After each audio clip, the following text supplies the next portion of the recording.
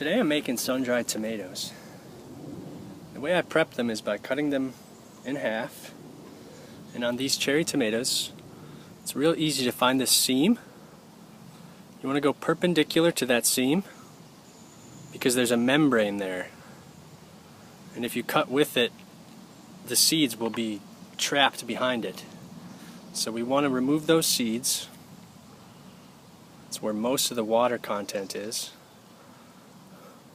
And then drain them face down on a paper towel, just to get rid of the excess moisture. It only takes a couple minutes. And then you want to cover them and put them in the sun. So I have here 2 window screens. These are just repurposed screens out of our windows, and they have a mild dip here. So I'll put 2 of these together, and it's just the right size for tomatoes. Now if you don't have screens, you can use cheesecloth or paper towels, anything to just cover them up, because you do not want insects getting in there and causing trouble.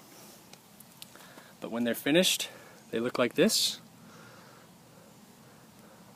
They're very sweet, a bit chewy, almost like a raisin, but incredibly delicious. And I throw them all in a big bag, Ziploc, and I'll freeze those all together and take them out as I need them for dishes like this. This is a pasta with pesto sauce. We've got our sun-dried tomatoes, garlic, and onions. And that's it. It's incredibly simple. It's very aromatic. Oh, I wish you could smell this. It's super flavorful. And if you like, you can finish with a little bit of butter, and that just brings everything together real nicely. So there's lunch with our sun-dried tomatoes. So that's how I do mine. You can do Romas, which are very nice. They have very little moisture in them already, so they're very easy to dry. That's probably my favorite Roma or tomato to dry.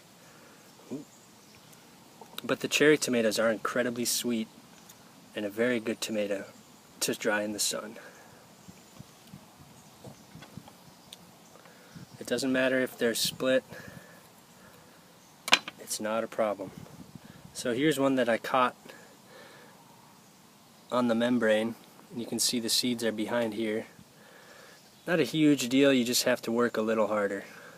But that's why we cut perpendicular to that seam, so that we can access those seeds and get these dried up nice and quick. I've had them dry in as little as 1 day on a nice dry day. Always keep them in the sun if you can. But it may take a few days, and if the weather is extremely humid, you do want to bring them inside. Put them in the oven at the lowest temperature, which is usually around 200. Or you can bring the oven up to like 250 and then just turn it off the heat and let them sit, and they'll kind of naturally dry out in that heat. And then just continue that until they're finished and freeze them. Most people, when they think sun-dried tomatoes, they think of those swimming in olive oil. But I found that once they're dry, they don't soak up the oil very well, and it ends up just being a waste of oil. It doesn't impart the flavor too much on the oils. So I just freeze them as is like this, and that works just fine. So I hope you give sun-dried tomatoes a go and cook some delicious food. Thanks for watching.